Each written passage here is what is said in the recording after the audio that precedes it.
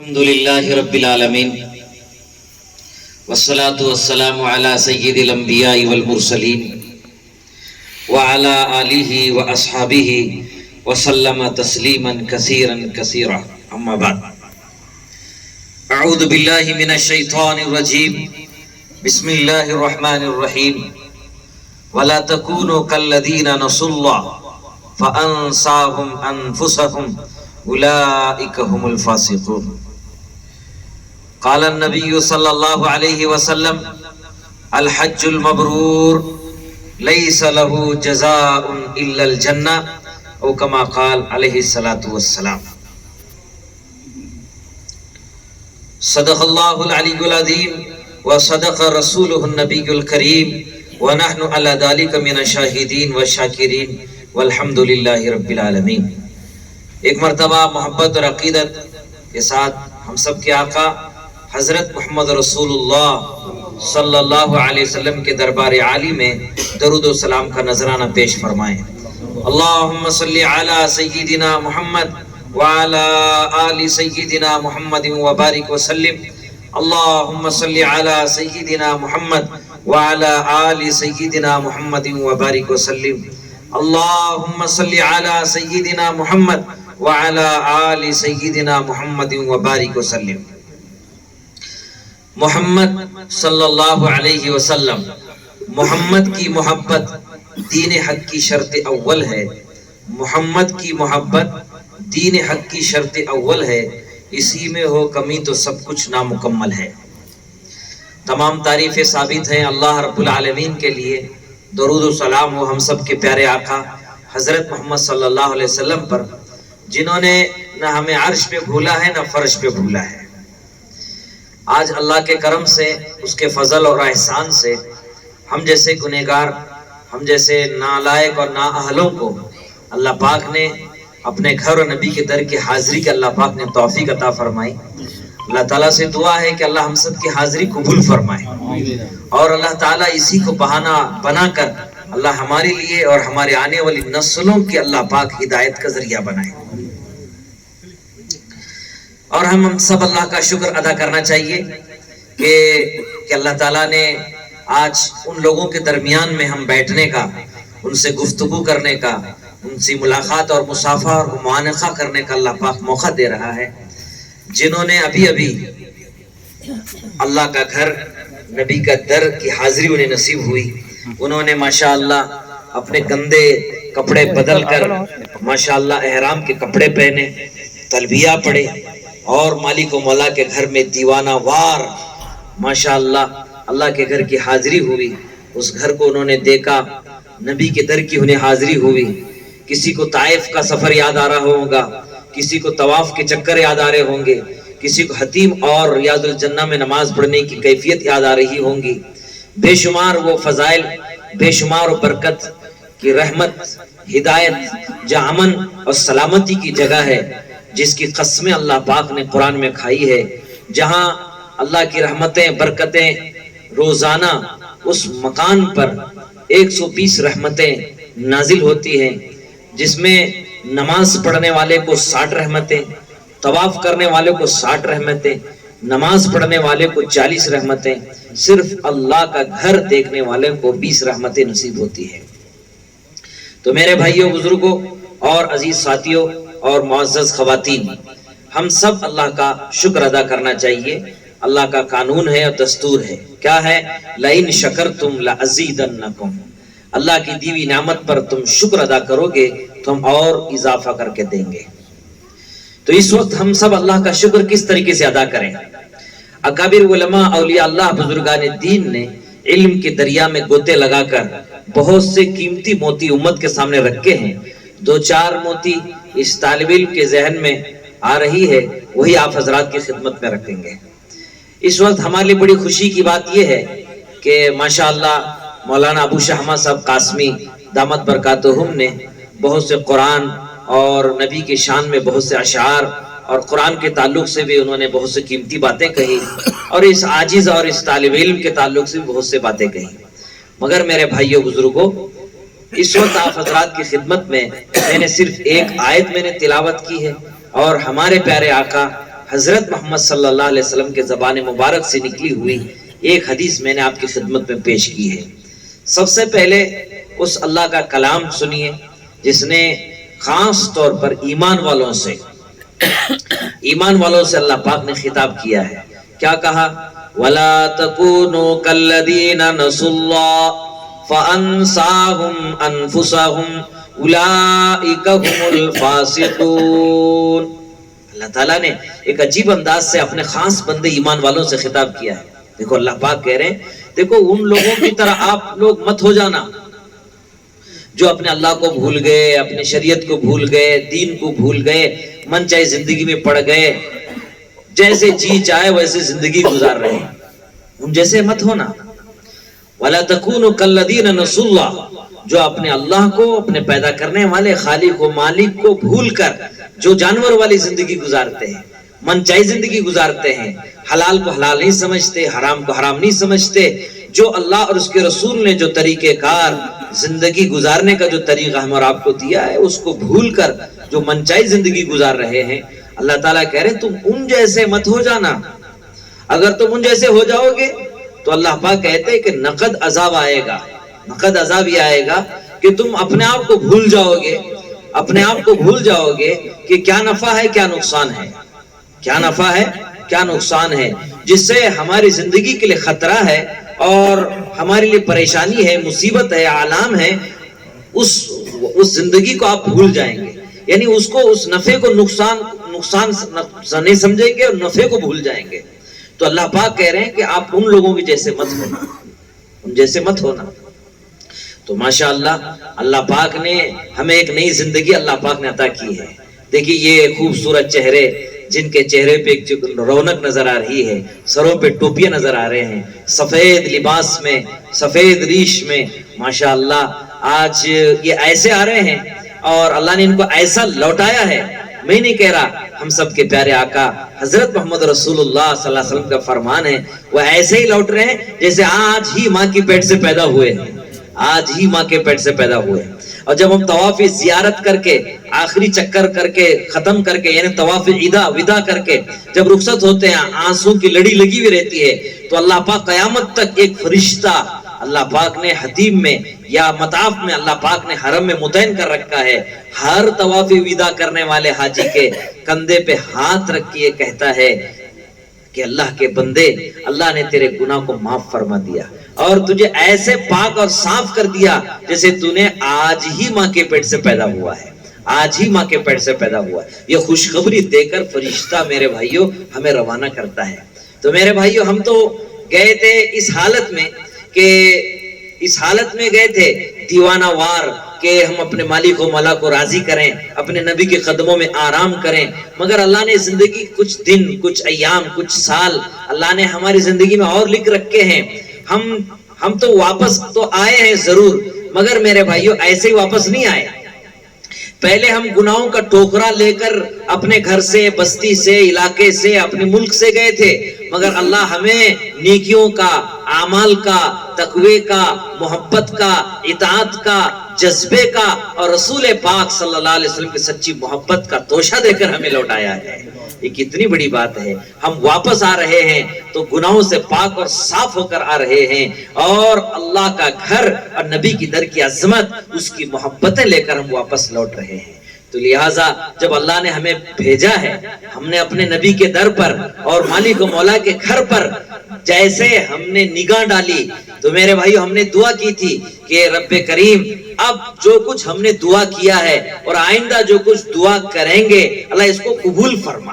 اسے قبول فرما۔ ہم نے دعا کی ہے تو اللہ کے گھر کی حاضری میرے بھائیو کسی مال کی بنیاد پر، حکومت کی بنیاد پر، اقتدار کی بنیاد پر، اسباب کی بنیاد پر نہیں ہوتی ہے، بلکہ اللہ جسے چاہتے ہیں اسے اپنے گھر، اپنے نبی کے در بلاتے ہیں۔ تو ہم خوش نصیب بندوں میں سے ہیں، اللہ نے ہمیں چنا ہے، ہزاروں نے، لاکھوں بلکہ کروڑوں انسانوں میں سے اللہ پاک نے چن کر اپنے مالک و مولا کے در کی حاضری اللہ پاک نے ہمیں عطا کر رکھی ہے۔ تو ہم اس پر بار بار اللہ کا شکر، بلکہ موت تک اللہ کا شکر ادا کرتے رہنا چاہیے۔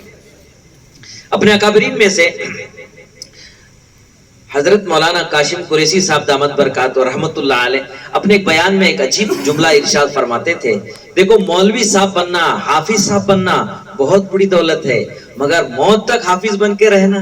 عالم بن کے رہنا، یہ اس سے بڑی دولت ہے۔ ایسے اللہ کے راستے میں جانا، چلے 4 مہینے لگانا، دین کا دعوت کا کام کرنا بہت بڑی بات ہے، مگر موت تک دائی بن کے رہنا یہ اس سے بڑی بات ہے۔ ایسے ہی میرے بھائیوں حضرت فرماتے کہ حج کو جانا، اللہ کا گھر نبی کے در کی حاضری نصیب ہونا، صفا مروہ کی صحیح کرنا، مینا میں، مزدلفہ میں، عرفہ میں وقوف کرنا، قربانی کرنا، جمرات پر شیطان کے لیے کنکری مارنا، اور میرے بھائیوں 2 کفن نما لباس پہن کر یہ جملے کہتے ہوئے مالک و مولا کے دربار میں حاضر ہونا، لبیک اللہم لبیک لبیک لا شریک لک لبیک ان الحمد والنعمت لک والملک لا شریک لک۔ کبھی ان جملوں پہ ہم نے غور نہیں کیا ہوگا میرے بھائیوں، یہ حاجی کا ترانہ ہوتا ہے کہ اللہ میں تیرے دربار میں حاضر ہوں، میری حاضری قبول فرما، تیرا کوئی شریک نہیں، تیرا کوئی مقابل نہیں، تیرا کوئی ثانی نہیں، تو اکیلا ہے۔ یہ جو کچھ نعمتیں آپ نے دے رکھی ہے یہ سب آپ کی عطا بندہ نوازی ہے، تمام تعریفیں تو اللہ تیرے لیے ہے، تیرا کوئی شریک و ساجی نہیں ہو سکتا۔ میں اقرار کرتا ہوں اللہ میں تیرے دربار میں یہی کہتے ہوئے حاضر ہوا ہوں، میری حاضری کو آپ قبول فرمائیے، میرے حاضری کو آپ قبول فرمائیے۔ تو میرے بھائیو یہ حاجی کا ترانہ ہوتا ہے۔ ان تمام اعمال خیر سے حاجی ماشاءاللہ ان اعمال خیر کے اندر لگا ہوا رہتا ہے، اب حاجی بن کر واپس ہوا ہے تو میرے بھائیو حاجی تو ہم بنے ہیں، مگر موت تک حاجی بن کے رہنا یہ اس سے بڑی بات ہے، اس سے بڑی بات ہے۔ اسی لیے اکابر علماء اولیاء اللہ کہتے ہیں ایک ہے حج ادا کرنا، ایک ہے اپنے حج کو اللہ کے دربار میں قبول اور منظور مقبول کرنا۔ تو میرے بھائیو واجبات، فرائض، جو سنتیں تھے، جو ارکان تھے، جو فرائض تھے، اس کو اس وقت پر، اس موقع پر ہم نے ادا کر دیا، حج ادا ہو گیا، حج ادا ہو گیا۔ مگر اس حج کو اللہ اور اس کے رسول کے دربار میں منظور مقبول بھی کرانا ہے، قبول بھی کرانا ہے، تو میرے بھائیو اس کے لیے کچھ محنتیں ہیں۔ پہلی بات، ایک تو ہم نے حج کے احرام باندھا تھا، ہم نے حج کے لیے احرام باندھا تھا، یہ احرام حج کا احرام ہوتا ہے، مگر اللہ والے کہتے ہیں ایک احرام اسلام کا بھی ہوتا ہے، ایک احرام اسلام کا ہوتا ہے اور ایک احرام حج کا ہوتا ہے۔ ماشاءاللہ آئے ہوئے حاجیوں سے اگر یہ پوچھا جائے، ہر ایک حاجی ماشاءاللہ یہ کہے گا کہ ہم نے احرام باندھتے ہی بہت سی چیزوں سے ہم نے پرہیز کیا اور ہم پر پابندی لگا دی گئی کہ آپ اب کیا کر سکتے ہیں، خوشبو نہیں لگا سکتے، اپنی بیوی پر شہوت کی نگاہ نہیں ڈال سکتے، ایسی گفتگو نہیں کر سکتے، خوشبو نہیں لگا سکتے، اور سلا ہوا کپڑا آپ نہیں پہن سکتے، اور ماشاءاللہ بہت سے پابندیوں کے ساتھ ہم نے احرام کی حالت میں اوقات گزاری کی، اور ڈر تھا ہمیشہ اس بات کا کہ کہیں میرے چہرے پہ کپڑا نہ آ جائے، میرے سر پہ کپڑا نہ آ جائے، اور کہیں غفلت کے اندر میں سر نہ ڈھانک لوں، چہرہ نہ ڈھانک لوں، کہیں میں حرم کی کوئی گھاس نہ اکاڑ لوں، کہیں کسی پرندے یا کسی جانور پر میں حملہ نہ کروں، شکار نہ کروں، اپنی جو نہ ماروں، بال نہ بھی کروں، اور میں خوشبو والا صابن استعمال نہ کروں، خوشبو والی چیز استعمال نہ کروں۔ ماشاءاللہ احرام کی حالت میں تو ہم نے ان تمام پابندیوں کا اہتمام کیا، اور اس بات کا ڈر تھا کہ اگر غلطی کیا تو کہیں دم نہ پڑ جائے، کہیں غلطی کیا تو کہیں دم نہ پڑ جائے، تو ماشاءاللہ اس کا ہم نے اہتمام کیا اور دم سے بچے رہے، اور ماشاءاللہ صدقہ خیرات بھی کرتے رہے، اور ماشاءاللہ قربانی بھی کیے، پیدل بھی چلے، اپنے بہت سے پریشانی تکالیف کو برداشت کرتے ہوئے صبر کے ساتھ، شکر کے ساتھ، اطاعت کے ساتھ، محبت کے ساتھ، ایک عجیب جذبے کے ساتھ ماشاءاللہ ہم نے اللہ کے گھر کا طواف کیا، اور صفا مرا کے صحیح کی، اور عرفہ میں وقوف کیا، مینا میں شیطان کو کنکریاں ماری، اور اللہ کے نام پر اللہ کا نام بلند کرتے ہوئے ہم نے قربانی بھی دی، ہم نے قربانی بھی دی۔ تو ماشاءاللہ یہ حج کا احرام کی پابندیاں تھی، مگر میرے بھائیو ایک احرام ہے اسلام کا، اسی احرام کی برکت سے یہ احرام نصیب ہوا ہے، اگر یہ احرام نہ ہوتا تو یہ احرام نصیب نہ ہوتا۔ تو اسی لیے اللہ نے قرآن میں ایک عجیب جملہ کہا، ان الدین عند اللہ الاسلام، اللہ کے نزدیک اگر مکرم محترم اگر کوئی دین ہے تو وہ دین اسلام ہے، دین اسلام ہے۔ تو میرے بھائیو یہ دین اسلام کی وجہ سے یہ احرام ہمیں نصیب ہوا ہے، اگر یہ اسلام نہ ہوتا، ایمان نہ ہوتا، اسی لیے اکابر علماء اولیاء اللہ کہتے ہیں ایسے مجلس میں تھوڑا مذاکرہ کرنا چاہیے، تھوڑا مذاکرہ کر رہے ہیں. کیا مذاکرہ کریں؟ دیکھیے آپ سب تصور کریں, آنکھ نہ ہوتی تو لوگ ہمیں کیا کہتے ہیں؟ کیا کہتے ہیں بھائی؟ اندھا کہتے ہیں. ہاں, کان نہ ہوتے لوگ ہمیں بہرا کہتے, زبان نہ ہوتی تو لوگ ہمیں گونگا کہتے, ہاتھ نہ ہوتا تو لوگ ہمیں لولا کہتے, پیر نہ ہوتے تو لوگ ہمیں لنگڑا کہتے, کپڑے نہ ہوتے تو لوگ ہمیں ننگا کہتے, پیسے دولت مال نہ ہوتا تو لوگ ہمیں غریب و فقیر محتاج کہتے. ایسے میرے بھائیوں بزرگوں دوستوں, تھوڑا آنکھ بند کرو, اپنے دل کی دنیا میں تھوڑا جھانکو اور اس بات پہ فکر کرو. آپ تمام حضرات اس بات کی فکر کرو میرے بھائیوں, ایمان اور اسلام نہ ہوتا تو لوگ ہمیں کیا کہتے؟ ایمان اور اسلام نہ ہوتا تو لوگ ہمیں کافر کہتے, مشرک کہتے, زندق کہتے, یہودی کہتے, نصرانی کہتے. اللہ کا کرم ہے, اسلام ہمیں اللہ نے عطا کیا, ایسا دین اور ایسا نبی ہمیں اور آپ کو اللہ پاک نے عطا کیا, جس نبی نے ہمیں گھر سے لے کر مسجد کیسے آنا چاہیے, بازار سے لے کر پارلیمنٹ کو کیسے جانا چاہیے, سر کے بال کیسے ہوں, مونچھیں کیسے ہوں, داڑھی کے بال کیسے ہوں, لباس کیسا ہو, یہ جوتے کیسے پہنے, گھر میں کیسے آئیں, بازار میں کیسے جائیں, اپنوں کے ساتھ کیسے رہیں, پرائے کے ساتھ کیسے رہیں. حضور پاک صلی اللہ علیہ وسلم کی سیرت کا اگر آپ مطالعہ کریں گے تو نبی پاک صلی اللہ علیہ وسلم نے جانوروں کی حقوق بیان فرمائے, جانوروں کے ساتھ بھی کیسے معاملہ کرنا چاہیے. میرے بھائیو ہمارے پیارے آقا محمد صلی اللہ علیہ وسلم نے ہماری رہبری اور ہماری رہنمائی فرمائی ہے. تو میرے بھائیو اللہ نے ہمیں یہ اسلام کا احرام ہمیں دیا ہے, تو جیسے احرام کی حالت میں بہت سی چیزوں سے ہم بچ گئے, تو میرے بھائیو اسلام کا احرام اگر باقی رکھنا چاہتے ہیں تو اللہ پاک نے جو ہمیں حلال کہا ہے اسے ہمیں عمل کرنا ہوگا, جس سے حرام کا اس سے بچنا ہوگا. اس لیے ایک ایسے دور کے اندر ہم میرے بھائیو جی رہے ہیں اور اوقات گزاری کر رہے ہیں کہ ایک زمانہ تھا, پہلے حج کا جو سفر ہوتا تھا کہ بڑی مشکلوں کے بعد ہوتا تھا, بڑی آرمانوں کے بعد, بڑی کوششوں کے بعد, بڑی مجاہدوں کے بعد, بڑی عبادت اور بڑی دعائیں, بڑی قربانی کے بعد آدمی سفر کرتا تھا. مگر اللہ تعالیٰ نے ہمارے نبی کے صدقے طفیل میں, اللہ پاک نے آخری زمانے میں اللہ نے ہمیں وہ دن دکھائے. آج اتنی سہولت اور آسانی کے ساتھ ماشاءاللہ ہم حج اور عمرہ کر کے فارغ ہو رہے ہیں کہ ہمارا گھر ایئر کنڈیشن, جس گاڑی میں سفر کر رہے ہیں وہ بھی اے سی کی, اور ماشاءاللہ پلین اے سی کا, ماشاءاللہ جس ہوٹل میں ہم رکے رہے وہ بھی اے سی کا. ماشاءاللہ اللہ تعالیٰ خادمین حرمین شریفین کو اللہ بہترین بدلہ نصیب فرمائے, انہوں نے پورے حرم کو بھی اے سی بنا دیا. تو میرے بھائیوں بزرگوں دوستوں, اپنے اکابرین نے علماء نے لکھا ہے کہ میرے بھائیوں کہ ایک زمانہ تھا کہ حاجی ایسا سفر کرتا تھا, اتنا تھکا مارا ہوتا میرے بھائیوں, صرف جدہ کے سمندر پر, کیونکہ سمندری سفر پر جہاز سے سفر ہوتے تھے, 4 مہینے کا سفر ہوتا تھا, 4 مہینے کا. بعض اکابر علماء نے لکھا ہے کہ سمندر کے دریا میں سمندر میں جب رک جاتی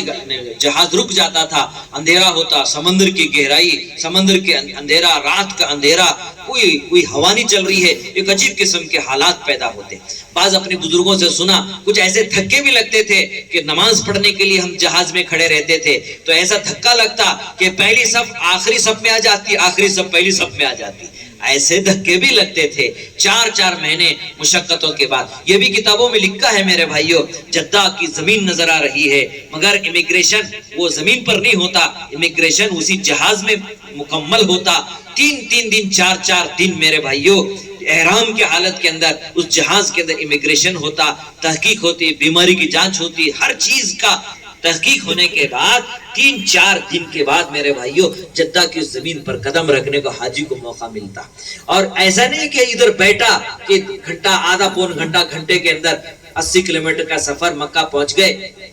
اپنے عالی شان ہوٹل کے اندر آرام کر لیے. ایسا نہیں تھا. علماء نے لکھا ہے میرے بھائیوں, اکابر نے لکھا ہے جدہ کی زمین سے مکہ کی اس مقدس زمین پہ آنے کے لیے, اللہ کے گھر آنے کے لیے 3 دن لگتے تھے. پہاڑی راستہ ہوتا تھا میرے بھائیوں. اپنا بوجھ اٹھانے کے لیے میرے بھائیوں کوئی ساتھ نہیں ہوتا, کوئی مالدار ہوتا تو کسی غلام کو یا کوئی مزدور کو لیتا, کہ کوئی اونٹ اور کوئی خچر کو خرید لیتا مزدوری کے طور پر, اس پہ اپنا مال اپنے ضروریات کے سامان لے کر پیدل ہی چلتے تھے. اور یہ بھی کتابوں میں لکھا ہے کہ فراوانی کے ساتھ پانی بھی نہیں ملتا تھا, پینے کے لیے بس تھوڑا سا پانی دیا جاتا تھا, اسی پانی میں وضو کرنا اور وہی پانی پینا اور نمازیں پڑھنا. 3 دن کا سفر میرے بھائیوں جدہ سے مکہ کا سفر کر کے جب وہ حرم میں پہنچتا تھا، اس کیفیت، اس بے چینی بے قراری کے عالم میں جب وہ لبیک پڑھتا، تکبیر پڑھتا، تو میرے بھائی آسمان بھی جھوم اٹھتا، فرشتے بھی جھوم اٹھتے، اور اللہ جل جلالہ منالو بھی کہتے وہ دیکھو فرشتوں،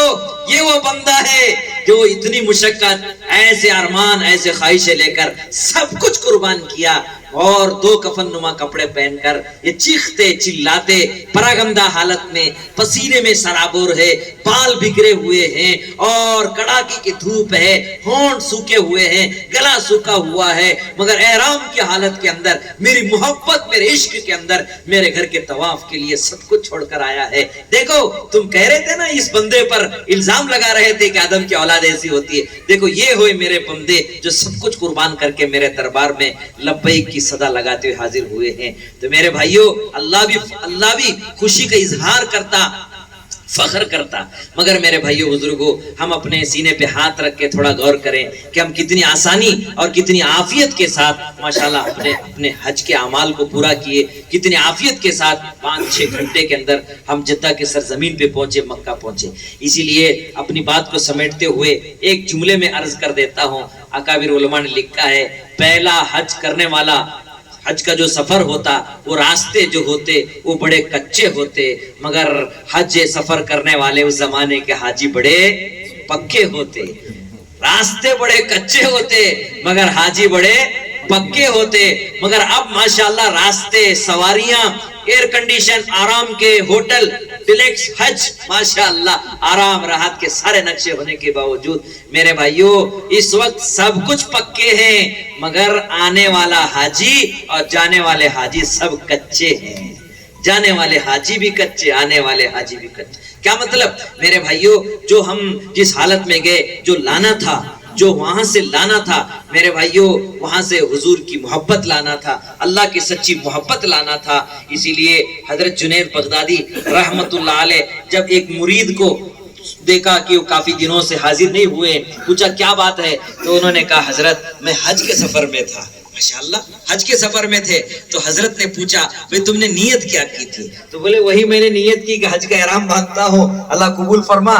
آسان فرما۔ تو حضرت نے فرمایا بس اتنی نیت کی؟ اللہ اکبر! کیا تم نے اللہ کو راضی کرنے کی اور سچی پکی نیت، عزم، ارادہ نہیں کیا؟ حضرت یہ تو میں نے نہیں کیا۔ اچھا تم نے احرام بھی پہنا؟ کہ حضرت میں نے احرام بھی پہنا۔ احرام پہنتے وقت تم نے کیا نیت کی؟ حضرت وہی نیت کی کہ 2 رکعت نفل نماز پڑھا، پہلے رکعت میں سورہ قل یا الکافرون، دوسرے میں قل اللہ پڑھ لیا، اور میں نے 3 مرتبہ تلبیہ پڑھ لیا، اور احرام کے پابندی میں نے پورا کی۔ تو حضرت نے فرمایا جب تم نے گندے کپڑے کھول کر احرام کے کپڑے پہن رہے تھے، تم نے نیت کیا کی؟ بولا حضرت یہی نیت کیا۔ تو حضرت نے کہا کہ بھئی یہ نیت کر لیتا تو کتنا اچھا ہوتا کہ میں گناہوں کے گندے کپڑے نکال کر اب تقوی کا لباس پہن رہا ہوں، اب میں تقوی کا لباس پہن رہا ہوں، یہ نیت کر لیتا تو کتنا اچھا ہوتا۔ اور کہا کہ تم نے کعبہ پر نگاہ پڑ لی، کعبہ پر تم نے نگاہ بھی ڈالی، تو تم نے کیا دعا کی؟ تو میں نے یہ مانگا، یہ مانگا۔ کیا تو نے اللہ کی محبت، اس کا عشق، اس کی سچی محبت، اس کی اطاعت، اس کی فرما برداری تو نے مانگی کہ نہیں مانگی؟ حضرت میں تو یہی دعا مانگی میرے گناہ معاف ہو جائے، میرے مسائل حل ہو جائے، میں نے دنیا مانگی ہے، میں نے آخرت مانگی ہے، بس ان میں اتنا مانگا ہے۔ تو میرے بھائیو، اکابر علماء اولیاء اللہ کی زندگی میں یہ باتیں تھی۔ حضرت نے کہا کہ تم نے یہ نیتیں نہیں کی؟ تو اس نے کہا کہ میں دوبارہ آج کر لوں، دوبارہ آج کر لوں۔ تو ماشاءاللہ ہم نے نیتیں کی، ہم نے احرام بھی باندھا، ہم نے طواف بھی کیا، وقوف عرفہ بھی کیا، مزدلفہ میں بھی قیام کیے، اور ماشاءاللہ ہم نے شیطان کو کنکری بھی ماری، زمزم بھی پیے، اور ماشاءاللہ نبی کے در کی حاضری بھی ہم نے حاصل کی، ریاض الجنہ میں نماز پڑھے، اور ماشاءاللہ جنت البقیع کی زیارتیں ہم نے کی۔ تو ماشاءاللہ یہ سب نعمتیں اللہ پاک نے ہم اور آپ کو اللہ نے عطا کر رکھی ہے۔ کہ میرے بھائیو، اب ہمارے ذمہ ضروری ہے کہ اس حج کو بھی اللہ کے دربار میں منظور مقبول فرمانا ہے، جس پر اللہ کے نبی علیہ الصلوۃ والسلام فرما رہے ہیں الحج المبرور لیس لہ جزاء الا الجنہ۔ حج مبرور کسے کہتے ہیں اور حج مبرور کا کیا بدلہ ہے؟ اللہ کے نبی علیہ الصلوۃ والسلام فرماتے ہیں حج مبرور کا بدلہ تو جنت ہی ہے، اس کے علاوہ کچھ نہیں ہے۔ حج مبرور کا بدلہ جنت ہی ہے میرے بھائیوں۔ تو میرے بھائیوں، حج مبرور اسے کہتے ہیں کہ جو حج سے واپس آنے کے بعد اپنی زندگی بدل کر آیا، اپنی زندگی بدل کر آیا ہو، حضور کا درد غم لے کر آیا ہو، حضور کے سچی محبت لے کر آیا ہو. ماشاءاللہ ہم نے دیکھا کہ مدینے میں ہم نے کتنے نمازوں کا اہتمام کیا. حتیم میں نماز پڑھنے کی ہم نے کوشش کی، ریاض الجنہ میں نماز پڑھنے کی ہم نے کوشش کی، اور ماشاءاللہ قریب ہو کر طواف کرنے کی ہم نے کوشش کی، اور ماشاءاللہ بہت سے گناہوں سے بچے، نگاہوں کی حفاظت کی، کانوں کی حفاظت کی، زبان کی حفاظت کی، دل و دماغ کی حفاظت کی، اپنے سامان کی حفاظت کی، ایمان کی حفاظت کی.